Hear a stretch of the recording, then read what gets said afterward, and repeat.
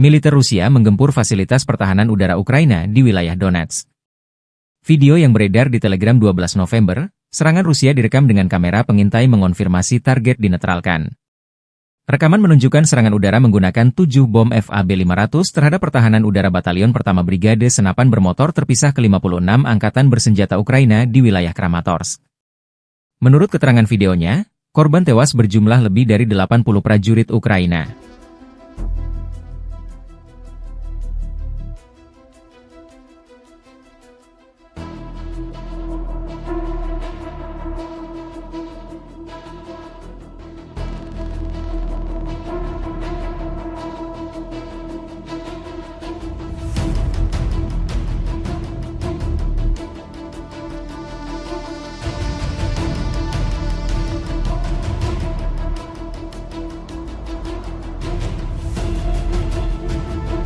Download Tribun X sekarang, menghadirkan lokal menjadi Indonesia.